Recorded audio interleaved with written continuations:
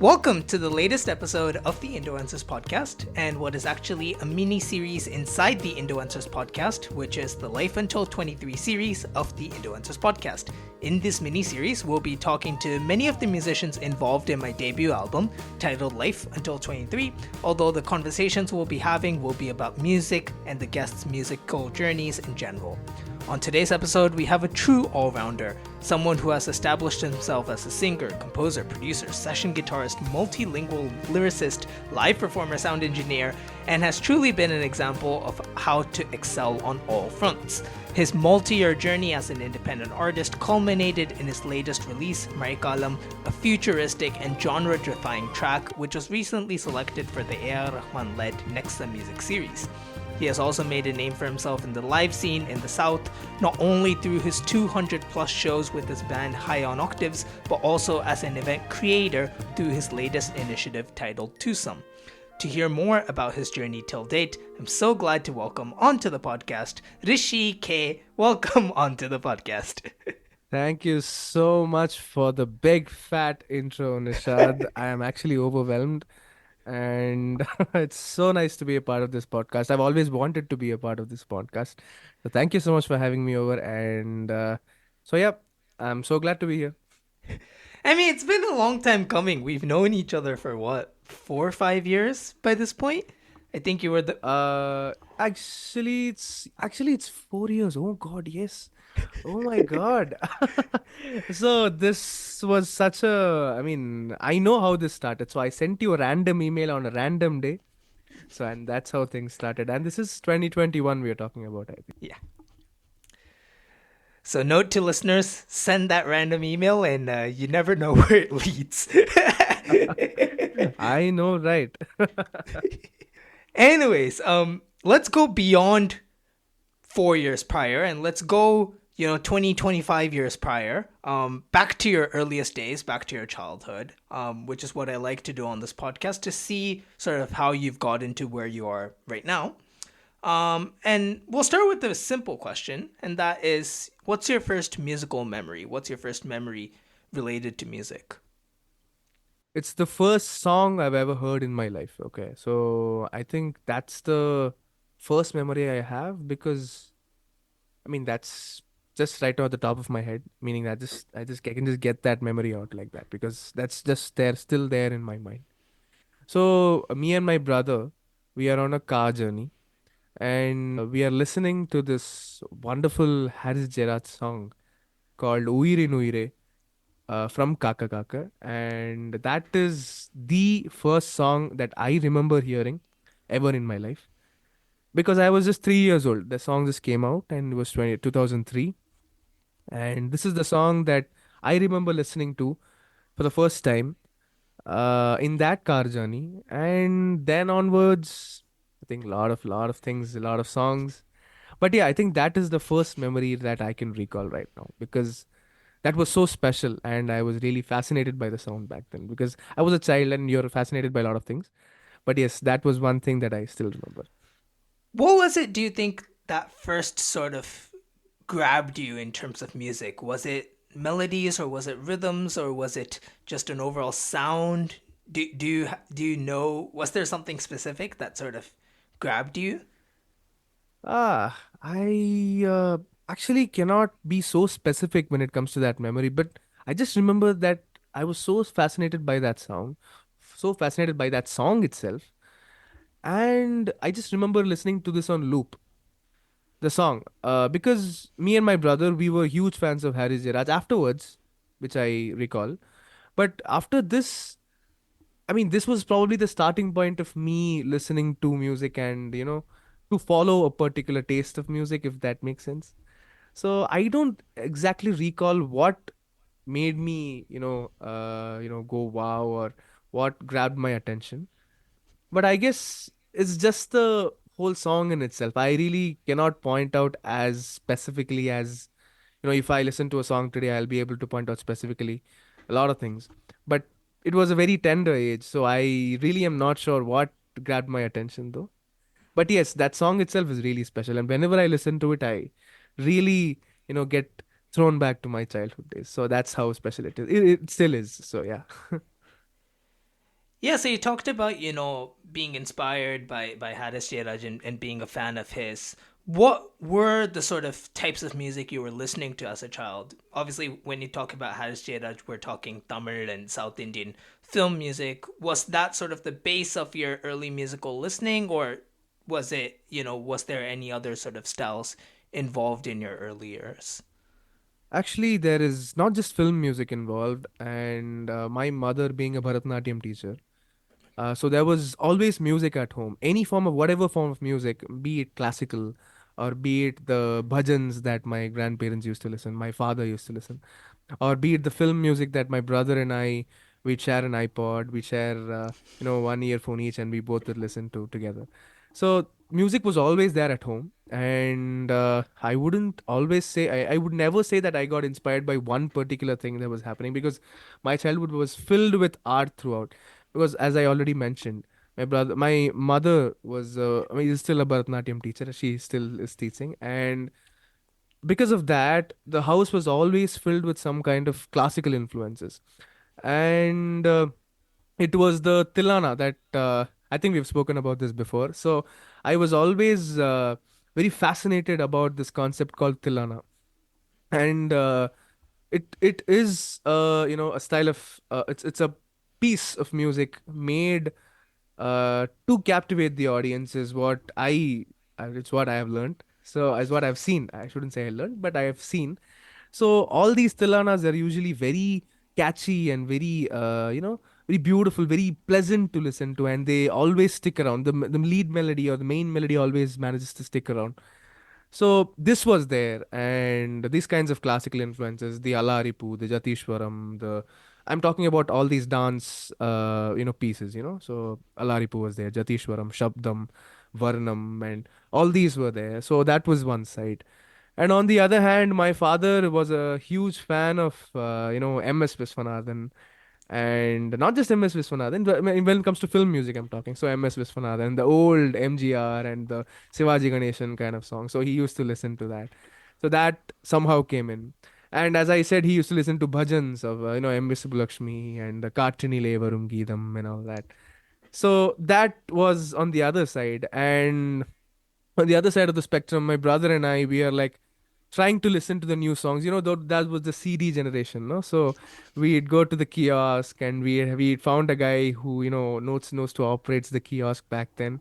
My brother used to bribe him with 20 rupees, 30 rupees to get the CD as soon as possible when the album releases, because an album release was so special for us. Because we used to follow certain actors and in the Tamil film spectrum, because that was the only thing available back then. So we used to follow these Tamil actors and their latest movies, or we used to follow these, there is a cinema bites or this cinema news. So with that, we used to follow these particular actors, and if some new music album by, say, AR Rahman or Haris Jairaj, I very rarely knew these names. The only names that stuck around in my mind were three names. AR Rahman was there, and obviously Haris Jairaj was the first name, and then Yuvan Shankar Raja. So only these three names were there somehow in my very tender, 5-year-old, 6-year-old mind.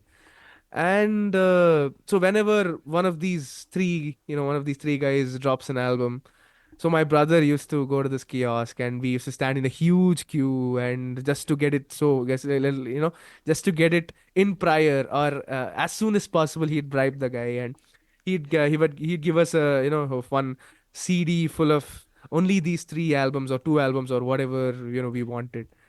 So those kind of songs that I listened to, and we used to put it into the DVD player back then, and we used to listen to each and every song throughout. So this was the kind of music influence around me in that in my childhood. So I guess it's all culminating through whatever music that I'm creating. So I see it as an influence of all kinds of music, meaning the old retro ones, the classical influences, the film music back then. So I think that was the influence throughout. Yeah. Yeah, so we've spoken a lot about your input, right? What you sort of intook in terms of music, whether it be the sort of newer film music back then or older film music, the sort of classical stuff from your mother through her Bharatanatyam lessons, etc., etc. When did the sort of phase of output start from you? in the context of music? And what form did that take? Okay, so I joined a new school after my grade 10. So in this new school, there was no music band. And I was just a guy who was, researching or just knowing about how to write or how to just create. Writing music sounds so professional. But back then it was just creating a tune, because we used to have this software, these demo softwares lying around randomly, over the internet. So we used to randomly download. I was in eighth grade, so I one day my one of my friends suggested to download this software and try making music. So that was cool back then. So then we used to do that. So I was just in a phase where I knew very, very minimal stuff, the basic stuff, with whatever is related to making music or creating music or writing music, or you want to call it. So I was in this phase where I was very keen. I was very intrigued by the fact that people are writing and making music, and it's so sounding so cool. So after grade 10, I moved to a new school where they were forming a new band. So I was a rookie guy who didn't know much to sing. I was not a great singer back then. I still don't call myself a great singer though, but back then it was so amateurish. A very amateurish keyboard player. No, that's all I was. So I was really interested. I joined, and then I was the one who had to, who coordinated the whole thing, who went to, all the different sections, all the different grades, and I found all these people who were interested in, doing music, live music. I'm not talking about making new music. So I'm talking about live music, just playing the film songs, on stage. So that was the first effort from my side to, I'd rather say, to show whatever I had, whatever skills or whatever knowledge that I had, because I was not confident, or else I'd rather say I was not really, interested in putting out what my music was about. I was just very keen on showing it to a few friends to, I told you the cool thing, no? So that was happening. But the moment when I decided to put out my own music, I started to write my own music and I started to put out my own music was after lockdown.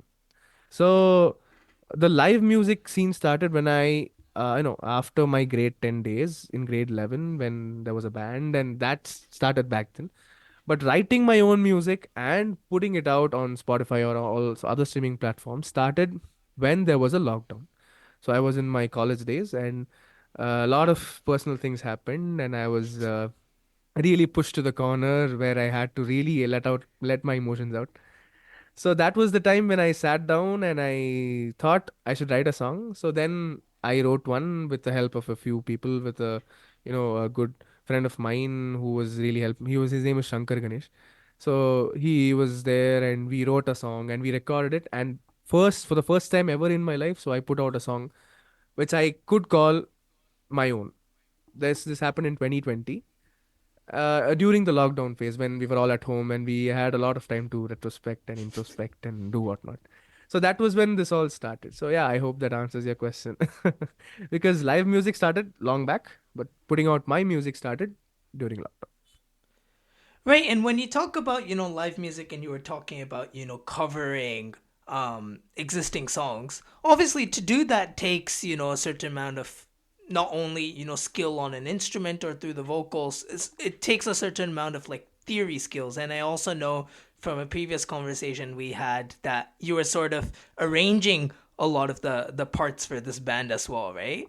Tell me about that journey of sort of learning how to present these songs in your own way and having to do all that on the fly.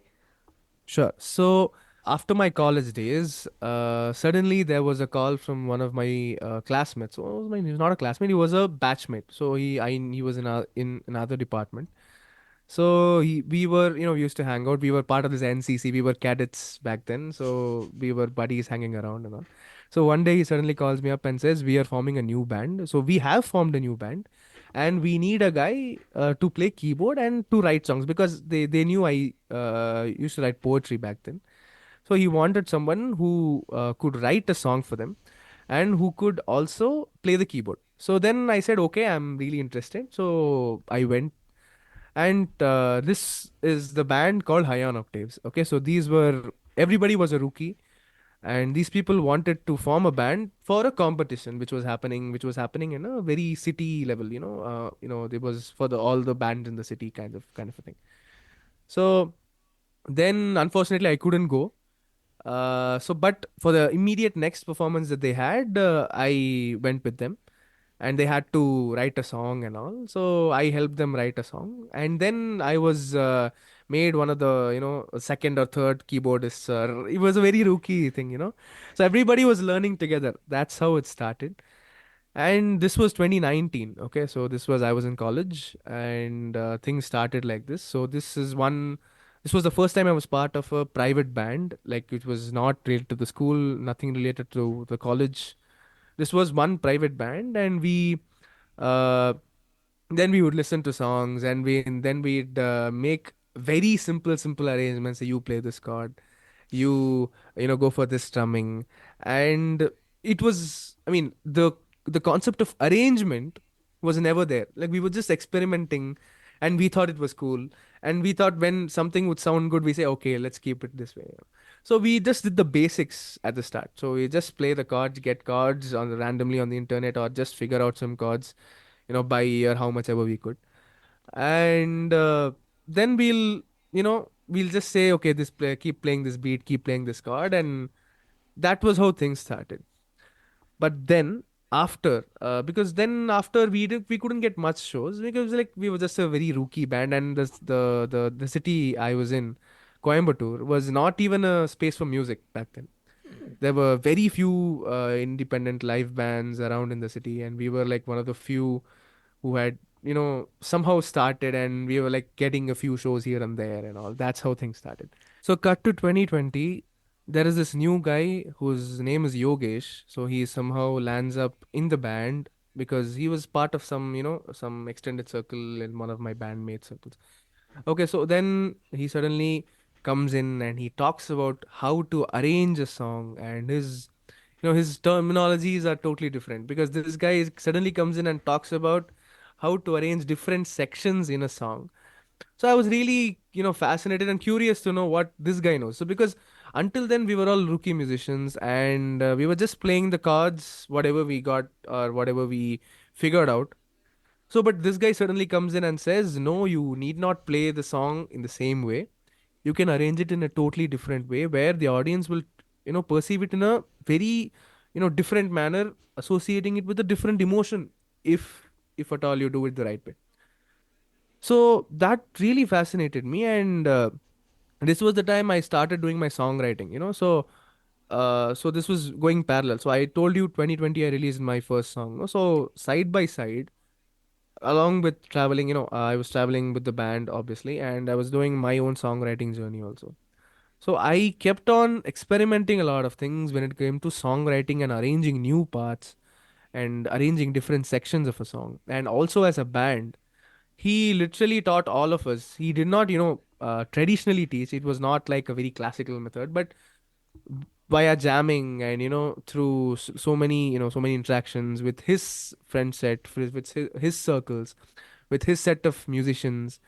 So we as a band, like we as High on Octaves, then we realized what we were missing. So then we thought this is gonna take us to the next level of how live music works. So that's how I also started learning. And kudos to Yogesh, he is still a wonderful friend of mine, and he's still the lead keyboardist. So from him, I learned a lot of things when it comes to songwriting and arranging. And he's still, part of the focus group that I usually, send my songs to, and he, give me suggestions. So yeah, so and there is this another guy who was already part of the band, and he was the guitarist. His name is Dr. Bragadishwaran. Again, these people are all part of Higher Octaves. So this guy had influences from the West. So, meaning he was into playing, Hotel California and, AC/DC and all that very Western kind of bands. So he had those kind of influences. And he tried to bring them all into our band after the arrangement thing like started going for us. Meaning this new arrangements and new kinds of approach to a already existing song was really fascinating, that he then decided to bring all his inputs into the arrangement picture when we sat down together to decide, how we approach the one particular song and all. So I think that journey is still going on, and I'm really glad to have great folks, as my bandmates, and they're also really my, close friends, and I'm sure we're friends for life. So, and we all had at least one or two things to learn, from each other, So we had Balaji. Balaji was the drummer, Yogesh the keyboardist, and there's another beatboxer from whom I learned a lot of things. So there is Dr. Bragadishwar, and there is, and my brother is also there in the band. So a lot of people in the band, and there's a new kid called Stephen and all. He also does wonderful arranging. So I'm trying to learn as I progress, and as I interact more and be part of the band more and more. So yeah, that journey is been on still till, I mean, since 2019, and until today the journey has been, going on, and I'm sure it'll keep on, continuing for life, I guess. So It's interesting you talked about, people sort of coming into the band with different backgrounds. Tell me a little bit about how all that works, because on one hand that's a real blessing, because you'll have sort of diverse influences which can help make your overall sound unique. On the other hand, I'm sure that could lead to like creative clashes or just different approaches. What's that balance like between, the pros that come from people that have different musical backgrounds versus the sort of potential clashes that could happen? oh, mind you, lots of, we have lots of disagreements on a lot of things, and that happens more and often, every time we sit, to arrange a song, or to, to start from scratch, and we listen to a song, and we, go for an approach, we decide on an approach. There's always some kind of disagreement, and it still keeps happening, but it's all in a very healthy way, because we're all friends, and we know whatever the other guy says is for the good, and is for the overall good of the performance. So that's what we think. And although the discussions sometimes, go, a little towards the heated side, but it's all part and parcel of being part of a band, So because that taught me a lot, is still teaching me a lot. And as I mentioned my story, my influences, and how my atmosphere at home was, every band member of mine has his or her story or influences from where their ideas come from. So, and so whenever they come up with an idea, we all try our level best to listen, and to, give that space for each member, so that everybody is, free enough, or everybody feels comfortable sharing their own ideas. And if it's great, and if it's working for the overall, performance, then we'll decide to, there's no ego stopping us. And I've been so thankful, and I've been so blessed, because we have had a lot of ego clashes amongst us.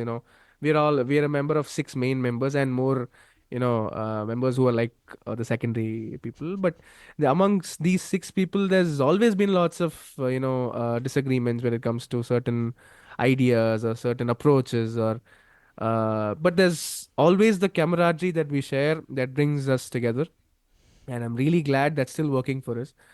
And I really, I'm so glad, as I told, and I'm really blessed that we are, we like to shed our ego before, listening to the other person's ideas, or listening to the other person's views on certain things, when we sit down together to jam and stuff like that. So I'm really blessed to be part of Ion Octaves, and it's always a pleasure. So yeah, it's because of the band also, it's because of the band also I've learned a lot of things when it comes to music, when it comes to approaching a song.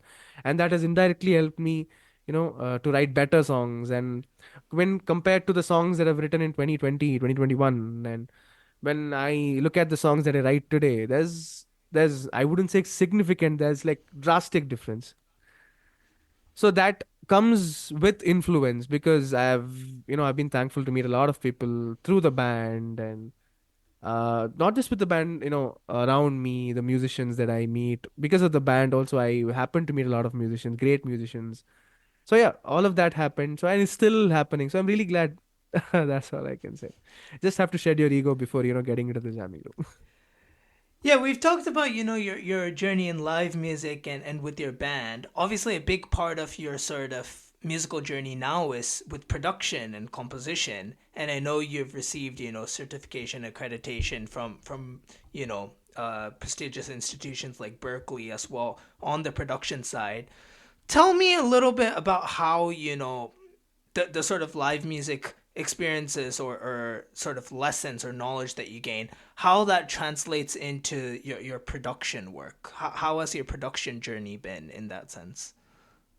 Okay, so give credits to Yogesh for this also because again he's a great friend, and Balaji also because Balaji is the drummer. He also is part of the arrangement. Okay, so these people are my focus group as I told you.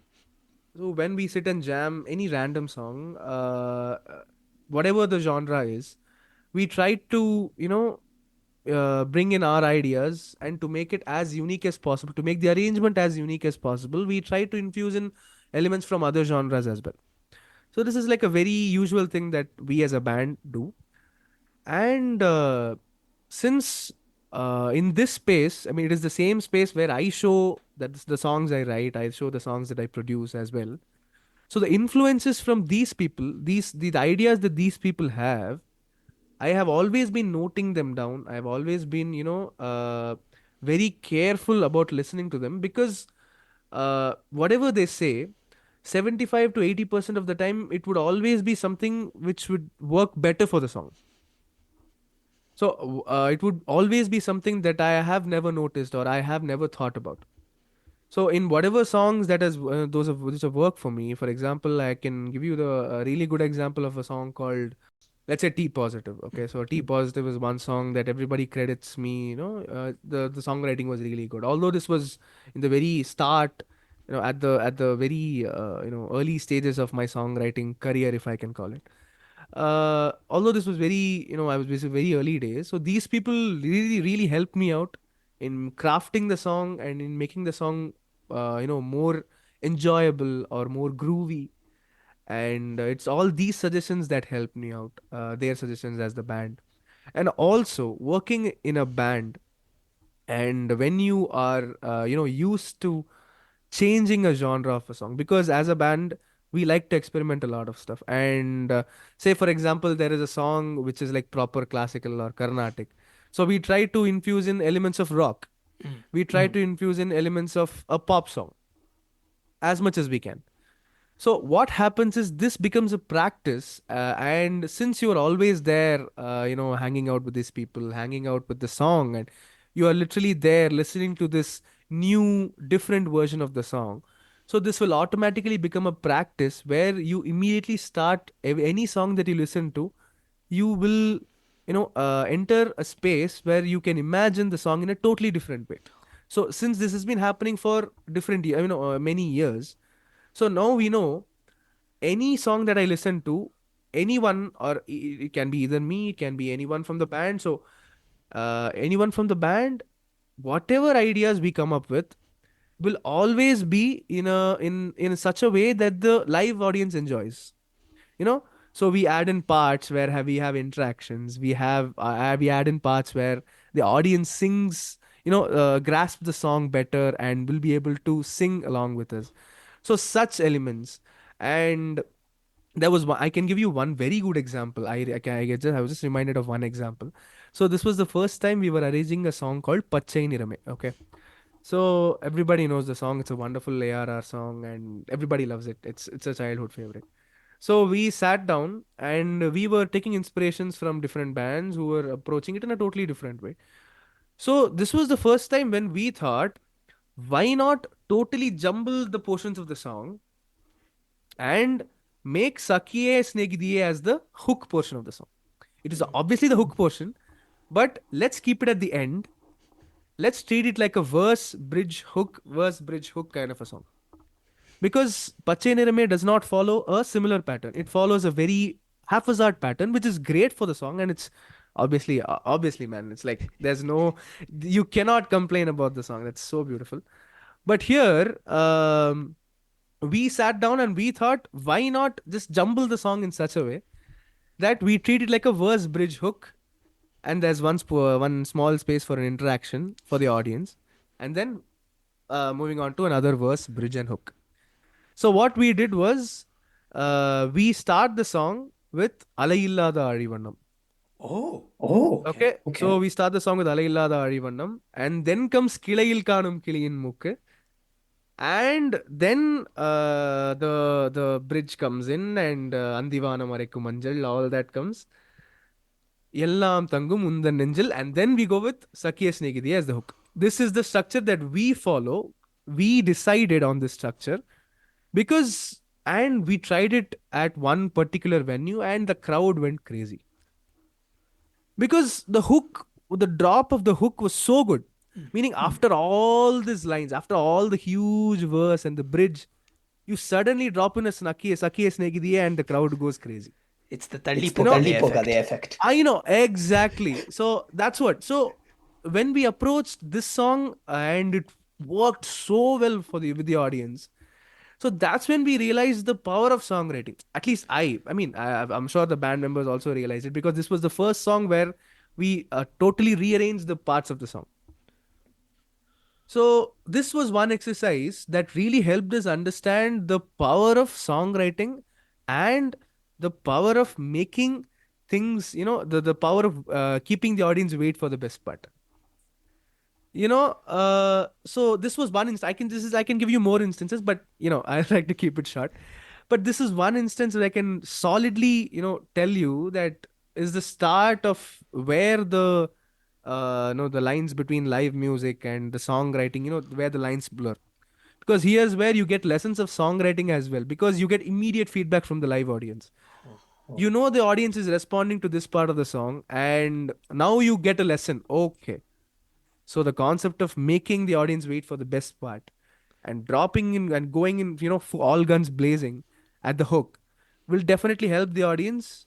It's that what do they call the slow gratification. That really helps the song and it sticks into their minds. And after the performance, they make sure to come and tell you that song was great. So such instances really help you to it's an exercise. I'd rather call it an exercise, because with these things you learn how to write better songs.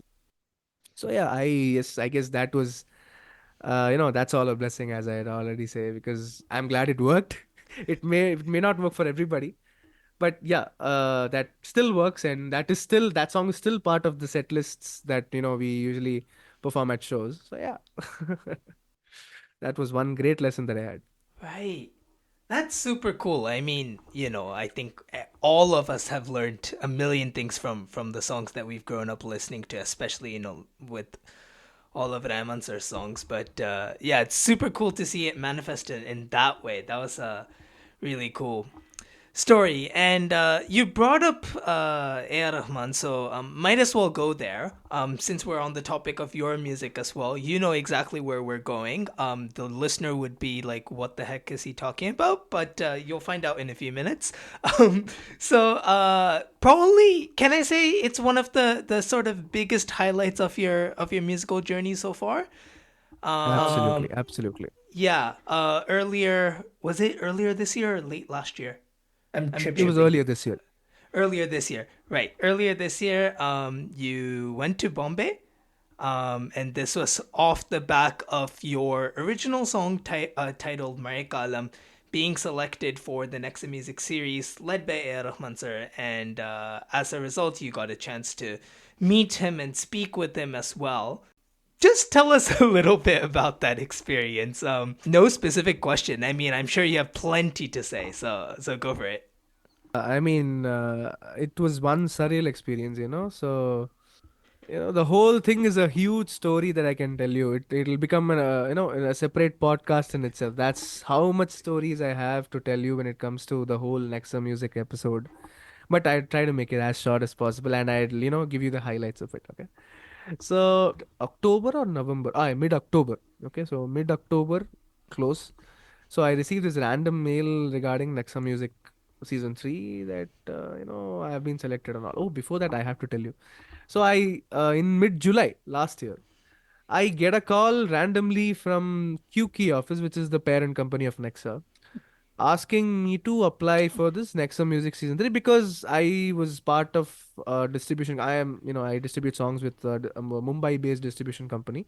So they said they had gotten my contact from the distribution company, and they said we are, all the artists, of this company are, going and just sending their entries for Nexum Music.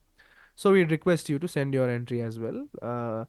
So please do it tonight. करके the I mean the whoever the person with the manager spoke to me, and I said okay. I immediately jumped at it. So I was like, okay, yeah, Raman sir's office, next some music. Oh, then I started researching a lot of things. So then I decided, okay, what's the harm? So I just sent my all repertoire of songs. I sent my Spotify profile, which is obviously the easiest way to send, all the songs that I have. And whatever was unreleased, I put them in a Google Drive and I submitted that also. And I totally forgot about it. I then said, Namla yaru pakapora. So, I mean, jokes apart. But see, this doesn't mean that didn't take it very seriously and all. I don't take my music. That doesn't give a bad impression, I hope.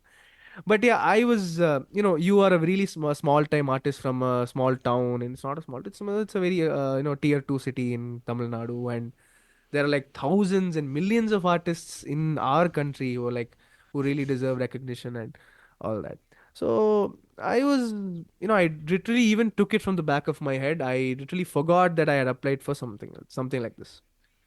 And they said the results would come in like a month or maximum a month and a half or something. But I really had forgotten about that. And then cut to the, mid October I was talking about. So cut to mid October, I suddenly randomly receive a mail saying you've been selected for Nexa Music top 100 or something like that. So I said, is this a clickbait or is this like some scam? But yeah, so I was I thought it was a phishing mail or something like that. So I said, why? What is the need to take this seriously? So there was written something and all was written. So I said, okay, leave this. So I ignored the mail for like a few hours. I then opened it up again. And then I was reading it, and there is a good friend of mine to whom I sent the whole mail. And I asked him if this was genuine. So he happened to say, "This looks like it's genuine, and you should call the number. And there was a number. You should call the number and talk to whoever's picking up." So I called the number, and turns out it was genuine. So I literally didn't know how to take this. And a lot of things happened. I spoke, and they said, "Yennanumo, whatever." They said, "We like your song, yeah, Rahman sir likes your song," but they never mentioned which song. I sent my whole repertoire. And all this happened, and I was waiting for the day they'll tell me which song sir liked. And she never said. It was like 5, 6 days I was waiting. The manager never told me. Then made an effort to call her back and please tell me which song he liked, because there was this one English song, English, and there was it's an experimental song which is not currently, not a Tamil song basically. So I had sent that in my unreleased, along with my unreleased song as well.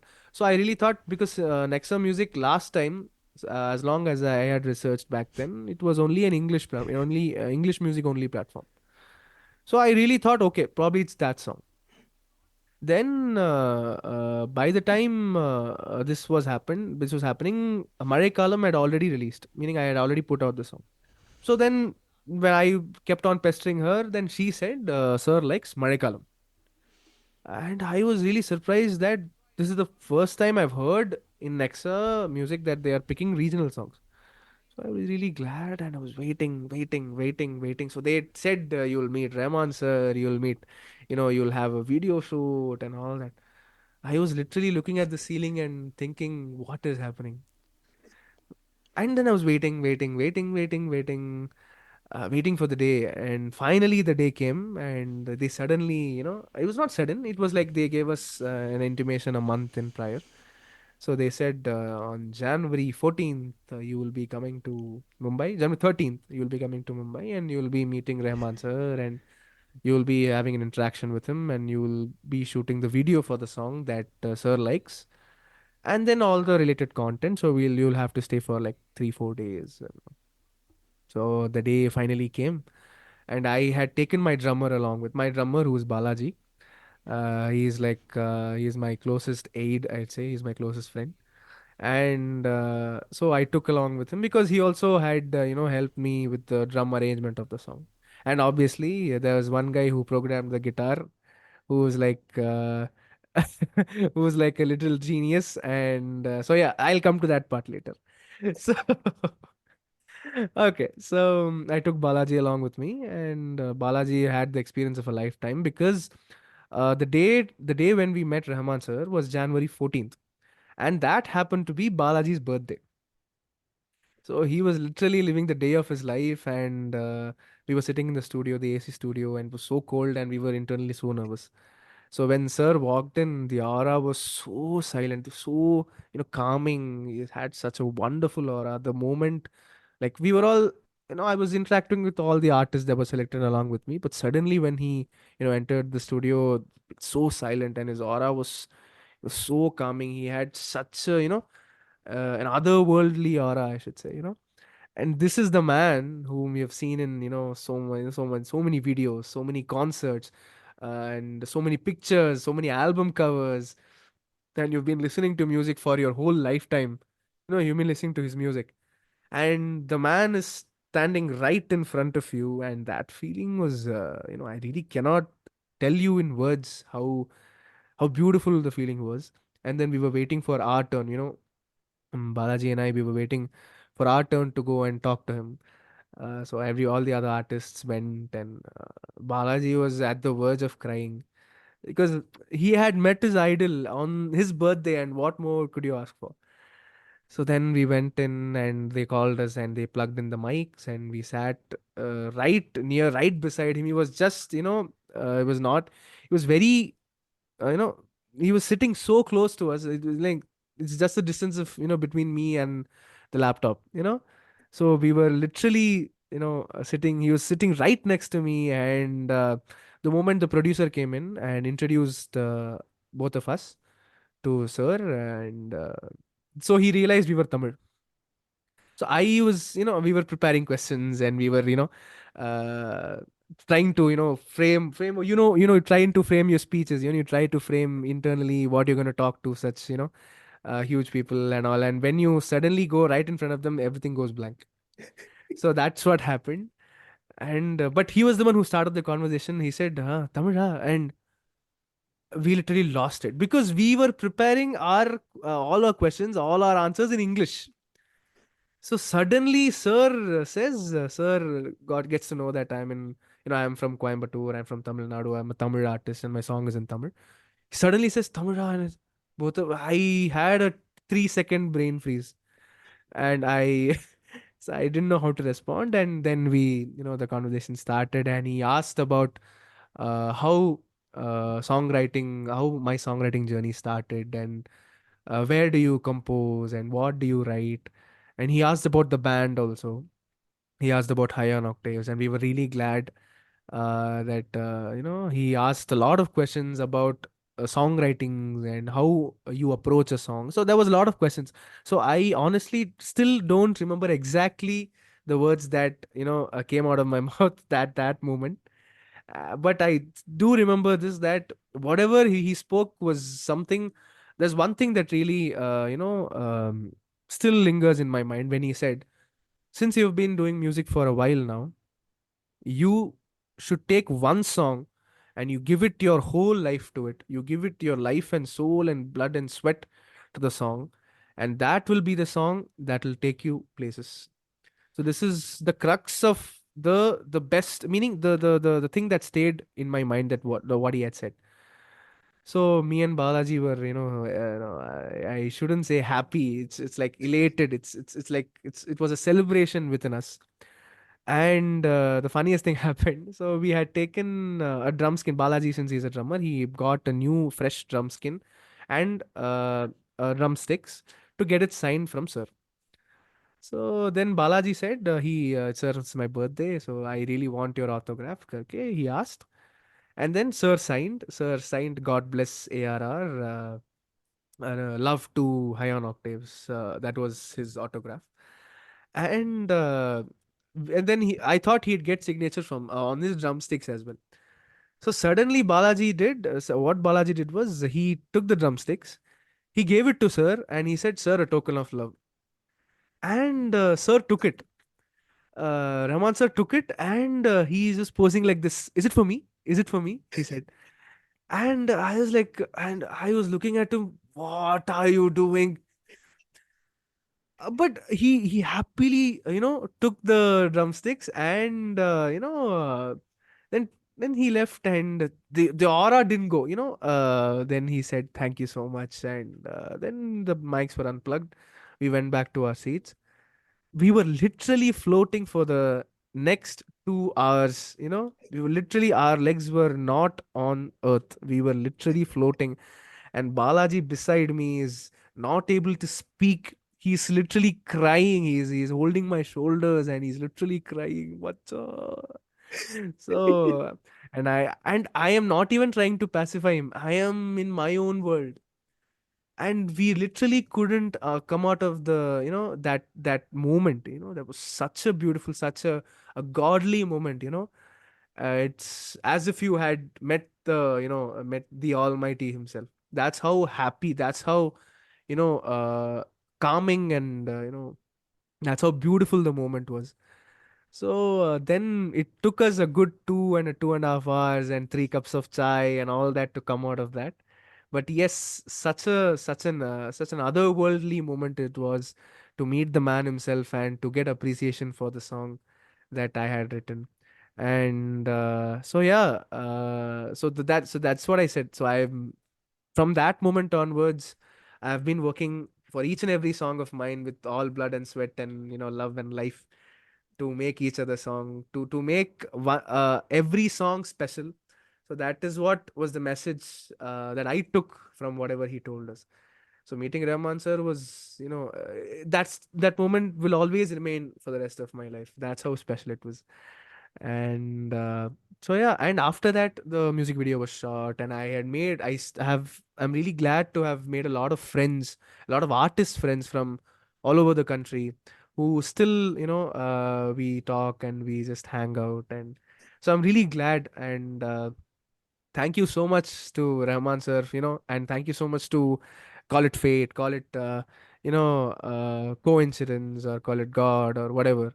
But thanks to that entity, because you don't get such opportunities. All there are so many artists out there, and if at all there is no luck, I really cannot. There's no other way to explain. To get your song heard by the man, the Rahman sir himself, is like, I don't know, man. I mean, I'm so glad. I'm so thankful to all the gods, to all the musical gods that exist. So, yeah. And just before I forget, the man who programmed Marekalam, for the man who programmed guitar program, the guitar programming for the in a song for the last section of Marekalam is none other than Nishad. Who's And Nishad? I've never oh, heard of him. Nishad. Oh, okay. This is No, no, no, wonderful don't. guy. So and so yeah, I am so glad to have had him in the song. Even if it's a small part, it was a very significant part. So it was his contribution that helped the song, reach its I shouldn't say summit though, but reach its best form, I rather say. So yeah, this moment I'll take to thank him. I mean, then I'll take a minute to tell the story of how I got involved. Because it wasn't your choice. It wasn't really my choice either. Um, so Rishi sent me the song Marikalam, and it was done in your mind when you sent it to me, right? You said, here's my new song. It's done. You hadn't released it, but you had completed it in your mind. Um, and then the ending section of the song, it was a really cool song, and I loved it. And then just the ending section, it ended with like an empty space. Like there was a clear backing sort of part, but there was no lead, and I was extremely bothered by that. I would even use the word angry. So Yeah, sorry to yeah. interrupt you here. I remember the exact way he said it.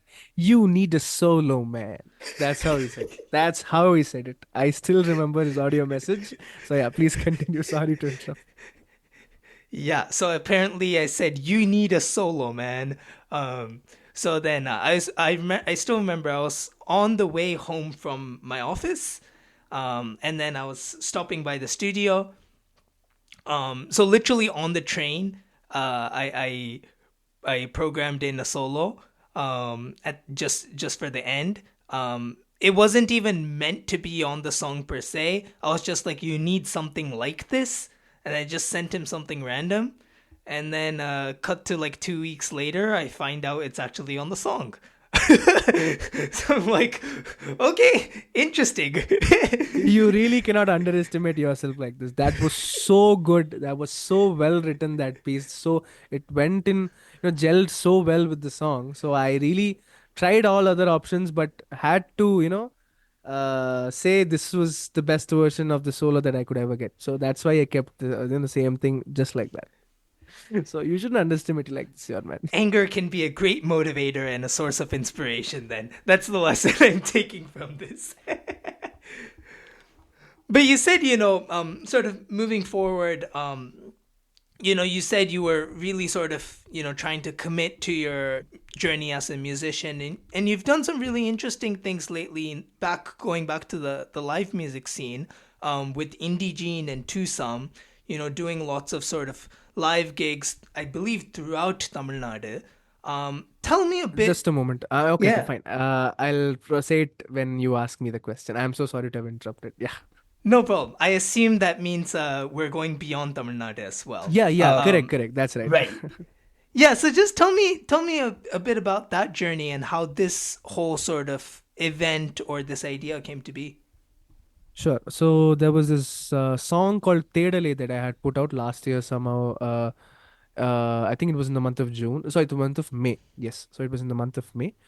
And I was looking for ways to promote it. Okay. So I had another artist friend of mine in Coimbatore. His name is Ritik. So he's a really good friend of mine. He has his connections to, for live events and all. So I suddenly called him up one day and I said, we need to, bring in all the artists, just because there are lots of artists in the city who need recognition, whom the people need to know. Because Coimbatore is now a place filled with so many artists with so many different genres. So I thought, why not bring them together so that I can, do a listening party of sorts. Okay, for the song release. So, but then I changed the idea into making them perform. So I wanted to bring all of them to one space, and I told this idea to Ritik, and he was the man who was on ground. Okay, so I just gave him the idea. So he was on, at the field, and he was like totally putting his heart and soul into making one small event, which we called Artist Collective. And this happened in the month of June or July. I think it was in the month of June. Okay. So we got in as much artists as we could. So we got in like 12, 13 artists who just came because there was no other venue, no other place to perform their originals. So we said it's going to be an original only event. That's where I also, promoted my song Tedale, which was released back then. And this idea, then we thought, why not make this a series? Why not make this an extension of sorts, an extension of a series of events? So, but then commitments caught up, and then suddenly things, a lot of personal things caught up. Cut to November of 2024. So suddenly I get this idea, like we should do one more. There was no song coming up, but I really thought the idea of bringing all the indie artists in our circle was really cool. So I said, okay, we should do this together. And Ritik was this time very sure that he'll do it on a bigger scale, meaning we'll invest more, we'll organize it much better. So that was when the first indie gene happened. So he coined the term for it. All the field work was done by Ritik and his team, his friends. I was just here in Hyderabad coordinating, giving him all the ideas. But because obviously I couldn't go because of my work commitments. So he was the one who organized, and we got in as much indie artists as possible from the nook and corners of the city. And we had organized a huge indie fest in Coimbatore in one of the very reputed venues in Coimbatore, and the event was a huge success. And we did not sell tickets for that.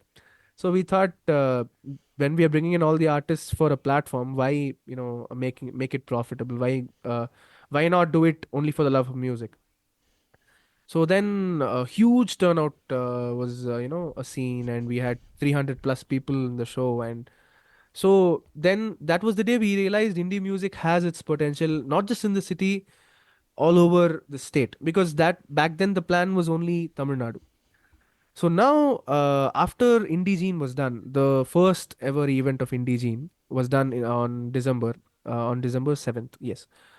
So we realized we had to follow it up with another event where we had to curate and we had to properly show the artists who were like willing to, push the idea of collectiveness, to being a collective and bringing in more and more artists, not just from our city, but from all the other cities as well. So from therein, the journey of Twosome started. So the Twosome tour, the first show, we organized it in Coimbatore at Medai on December 29th. It was the end of 2024, but it was the start of something really great and really passionate, that what we were aiming for. Because all these days, lots of artists, so many artists in our city, not just in our city, in all our circles, they were looking for people, looking for places, looking for an audience to go and perform their songs. And now this had become a reality for all of us, because all of everybody in Indie had this dream of performing their own songs in front of an audience which is really keen on listening to independent music. So that had happened, and we were all really excited, and we put our heart and soul, and not just that, we put our so much money into it. And it was a huge success. It was a sold out show, and the Coimbatore show really gave us the push to, go forward with more and more shows. So then the month of January, Cochin happened, and then in the month of March, Chennai happened. Now we are gearing up for our next show in Bangalore, for which, so then we got in touch with Mayday, and this happened when we did the Coimbatore show, and they were really happy to help us out. So all the financial aspects is still really draining. It is still really taxing, because we are not earning much through this. We're just doing it for the love of music. We will still keep continue to do it for the love of music. But this initiative, we really feel, will bring in more and more artists, not just from Tamil Nadu. So we have extended it to our, neighboring states. We have extended it to Kerala. Now we are looking forward in Bangalore, which is Karnataka. And after this phase one of Twosome tour, we are planning to, push this concept, push the idea of independent and cine. Why independent and cine? Because we thought independent music, as in, may not be very easy to, bring in, pull in audiences. So we thought we had mashed it up with an idea, with a very traditional idea of film music performances. So we thought, why not bring in both? We said indie one song, the artist will perform one independent song, and a very close, similar sounding, or a similar thematic, a similar song with a song with a similar theme from the film space. So the one artist will perform both, and this will, we thought, will bridge the gap between the independent and the film music scene, and so the audience will also be able to connect with us more. So this was the idea of Indie X Cine, and we are planning to push it further towards, Hyderabad and Mumbai and all the other big cities as well. So this is the plan, and I'm really glad to be associated. And I wouldn't like to take the credit as the, the guy who found it or not, because believe me, this is not just a single man's work. This was just the idea of one fine day I woke up and I had this idea. That's all it was. But the people who are running the show are really the artists who are part of Indie, Aiden Mo, Ritik, Balaji. All of High on Octaves is part of Indie, and there are all these very young artists, new songwriters, and we are picking in as much talent as we can from the cities, there where we perform. From Chennai, we had two artists coming. We had Vaisag from Kaka Ka the Fame coming in for Chennai show, and from Bangalore, we are looking for artists. And Coimbatore, we have looking still for new talents. So yeah. All right. It was super interesting getting to know your journey till date, and obviously you had this huge experience with Rahman sir, and you've been on this journey of creating your own sort of independent movement with Twosome and all. So what else is in store for you in the future? Tell me more about any projects you've got going on. Absolutely. So one project is called Life Until 23. by Nishad. I've never heard of it. So in that album, I have written three songs to my credit, and thanks to Nishad, I have I've explored new avenues, new emotions, and new perspectives through lyrics, through his creation. So I'm really glad. So that is coming soon. So I'm sure Nisha will be able to tell you more about it. The next song, I am planning a set of 10 songs because I'm working on a few. I'm working on the set list now. So I'll be putting them out soon. So there is this one song, particularly to tell you, one song where I'm working on a song called AI Kadali, where it's the confluence between man and AI, and there's a fling, and what happens is the crux of the song. Just fun song. Is not much to think about. It's just listen to it, plug in, have fun kind of a song. And there is another song called Hectic Life where I talk about the struggles of a middle class artist per se. And I've collaborated with my great friends, Aiden Mo and Juke Reyes from Indie. So these people are wonderful rappers. And there's another semi-classical project that I'm working on, semi-classical project where I'm planning to,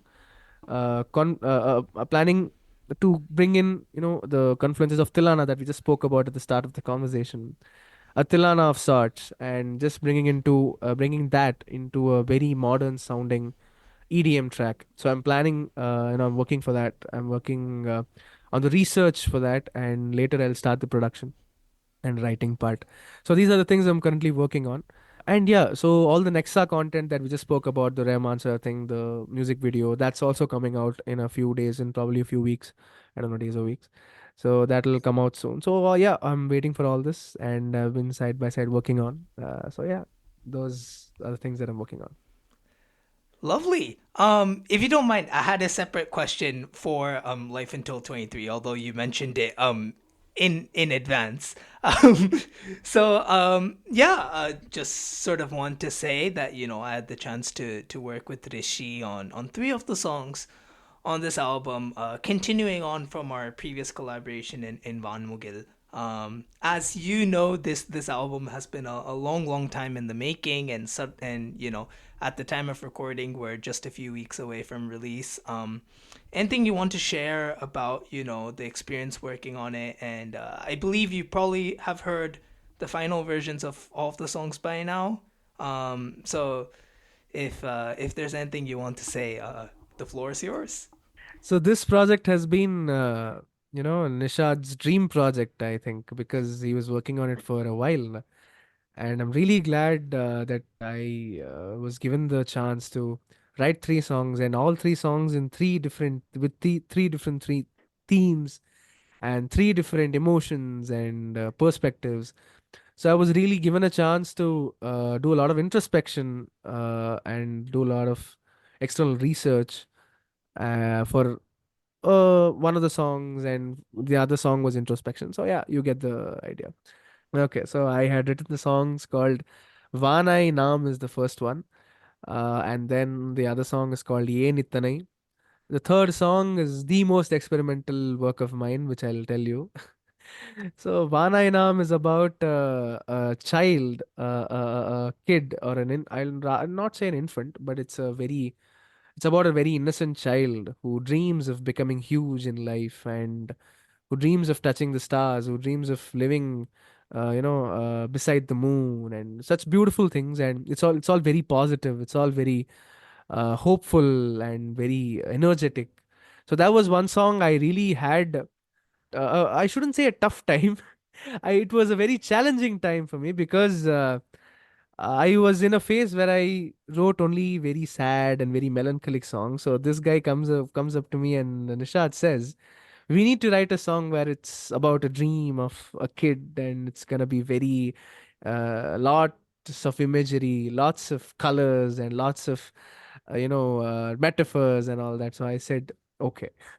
So I took my time to write the song, and we wrote a few iterations. I gave him a few drafts, and I was really glad with the final output that he also was impressed with, because that song now really captures the essence of a 5 or a 6-year-old kid who dreams to scale the heights of the stars, and who dreams to, reach the summit in his life. So I really feel that song is gonna, captivate a lot of listeners when it comes to arrangement. I mean, I listened to the song; it was wonderful, and the renditions by the singers and all literally blew me off. And wonderful song. And yeah, I am really looking forward to the audience's response to, when they listen to that song, because it's a very beautiful song, and I believe it will really, strike a chord with the listener. The next song that I want to tell you about is Yen Ittanai. So, as I told you, Vanainam was a tough. It was not a tough. It was a challenging phase of. I shouldn't say phase. It's a challenge. It was a challenging kind of work for me. But here, Yen Ittanai was cakewalk. Why? Because it's so when Nishad was telling me we need to write one more song, man. So I asked what is it about? So it's a sad song where everything goes, wrong for the protagonist. He's literally frustrated about life. So I said, yes. So this is my zone. I mean, not to, give the impression that I'm a really sad guy and all, but I really thrive, and the emotion just comes out when you're thinking about your sorrows, no. So I think it's the case with all the artists. So that song didn't take much time, and the lyrics just flew, my pen was really so, flowy. It was like I was writing. I was giving him like 10, 15 variations of the same meaning and all. And so that song was really a very, I shouldn't say easy, it was a very breezy work to do.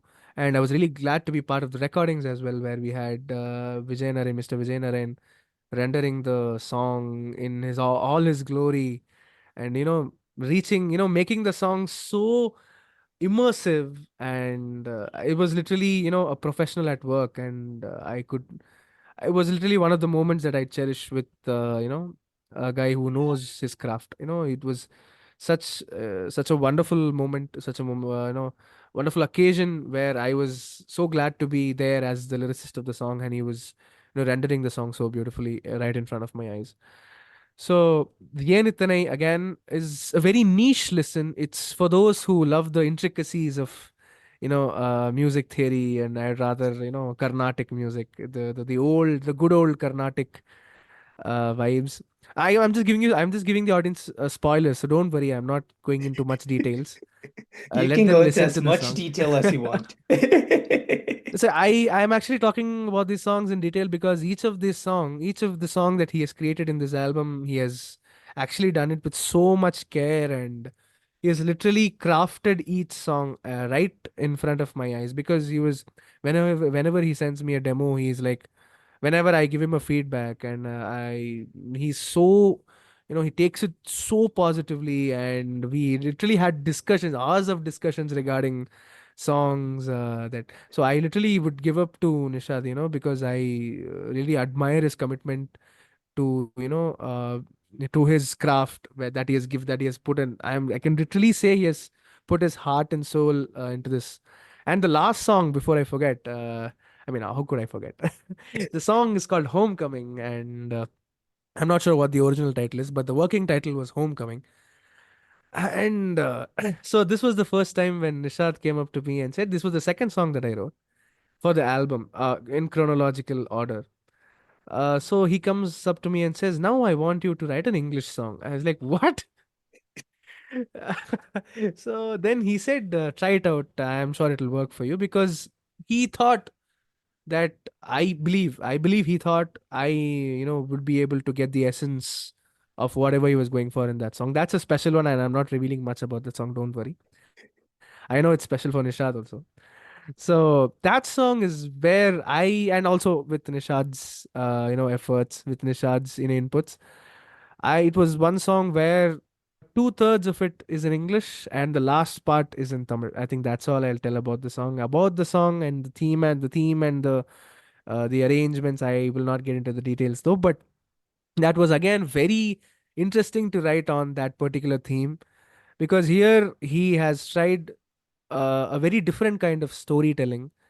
And I think that should strike a very different chord. It should make the listener, sometimes wonder, how such a broad theme is, fit into a song of, 5 minute or sorts. It's a very huge, it's a very universal theme, and he has fit the broad spectrum of things into a 5 minute song. And I really sometimes wonder how he has, accomplished such a thing in that song. So I always, whenever I listen to that song, he has sent me the demo. So whenever I listen to that song, I really sometimes get inspired from how he has transitioned, how he transitions in from one genre to the next genre, building up, and when it culminates into the finale, it really inspires. It really makes me go, wow. You feel like you're listening a symphony, listening to a symphony. That's how beautifully culminated it was. So yeah, Homecoming is one song I'd recommend you all to go and listen, because after release, I'm sure I'll recommend all the songs in the album. There are three more, and I've listened to each and every one of them. It's amazing. And but Homecoming and Vanainan would be my picks. I cannot leave Ye Nithanai, but Ye Nithanai is for the niche lovers. So yeah, Vanainan and Homecoming is what I would pick from what I had written, because I'm sure you're gonna listen to those songs and you're gonna love it. So yeah, kudos to Nishad for putting up an album, putting out an album that has such huge variety. It's not like one is a pop, one is a rock. Every song of every song in this album has its own identity and will still stay in your mind as an individual song. That's how varied he has. That's how that's the spectrum he has explored with this one single album, I'd say. So kudos to him on that, and I really wish him luck. I really wish us luck for the album release, and I really can't wait to see how the audience responds to each and every song. Oh my gosh. Thank you so much. The memories were just flooding back, I was recalling all those Zoom calls that we had, and, sitting down, especially for Vanainan, we were like watching all these other stuff for like inspiration and good memories. Great, great, wonderful memories. We should do it sometime. Yes, there will be more on the way. Don't worry about that. Absolutely. It is such a pleasure working with a see this Nishad that we see right here is a totally different guy from the composer Nishad, So he is very, in a good way, in a very healthy way. He's very picky about certain things, and that's why I think he's the composer that he is, because he is very particular about a lot of things, even when it comes to lyrics, when it comes to certain soundings, when it comes to the overall sounding of the song. And he's very picky about a lot of things, and I really learned that from him, because I am not that picky. Whatever you give, I'm very receptive to everything. Even when I write my own songs, I'm not very picky. I'm just enough. It's if it impresses me, I'm good. If it satisfies me, I'm good. But Nishad is one guy who I've seen and really admire that quality in him, where he really knows what he wants, and he'll not leave you until he gets it. So I think that is one quality that I really love from Nishad, and kudos to you, man. Life until 23. Don't worry, life after this is going to be great. So let's keep that as a tagline. Yes, I like that. All right. Thank you so much. But I want to end with one final question. You may already know what it is, but I end all my podcasts with the same question. And that question is, what's on your playlist? Okay. So things haven't changed much. So the one song that I keep listening to on loop is called Yenna Irukudari from Kadalika Neramilai by Rahman sir. That's one song where I'm sure he amazed you as well, and he amazes me every single time I listen to the song. That's one. And there are these two songs from Bandish Bandits season 2. So that's the web series that dropped recently, and I am literally digging a few songs from that particular album. Although the whole of an album didn't impress me much, but a few songs really struck a chord with me. The songs were like one song is called Nirmohia from the same series, and the other one is Garaj Garaj Rock. So I personally love these two. And one more song I'd rather say is from the Bengali music scene, the Bengali film scene, because I follow Bengali music and Bengali film as well. So there is this there is this one song called how do I pronounce this? I'm so sorry, whoever is Bengali listening to this. So I'm so sorry for the pronunciation though. The song is called the name of the song. Wait, let me get this right. Okay. Uh, so the name of the song is Boba Tunnel. Yes. Okay. Yes. Okay. So I am not sure if they pronounce it right. So Boba Tunnel is a song from a movie called Chotushkon. Okay. Don't worry about the pronunciations now because I've stopped worrying now. So it is an old movie, but I have been listening to the song recently and I literally find it very beautiful. It's by Anupam Roy. I'm sure you must know Mm, Anupam Roy. mm. He's such a wonderful guy. So these are the four songs that I am listening to on loop. So yeah. Lovely. All right. Yeah, we'll end things off there. I have not heard the Bengali song, so I'll need to go check that out. It's a very famous song, and I mean all the Bengalis who live in Kolkata, all these people know these songs, So and it's one Mm. song that I really love because of the songwriting and the yeah. So you should listen to it sometime. Will do. All right. On that note, we'll close the episode off there. Thank you so much for your time, and thank you to all the listeners for listening. You can find Rishi on all of the major sort of social media platforms and streaming platforms. And I'm sure he has more wonderful music coming your way. So make sure to follow him so that you'll be the first to know once he drops his new songs. Thank you so much for your time once again. Thank you so much, Nisha. It was such a pleasure. Well, that was Rishi K on this episode of the Life Until 23 series of the Indoencers Podcast, and thank you to everyone that has tuned in. I'd really appreciate your support with my album, which you can find on all streaming platforms and on my YouTube channel with links in the description. Let us know what you thought of the songs, and if you liked it, do share them around with your family and friends. Thanks so much for all the love and support, and I'll see you next time.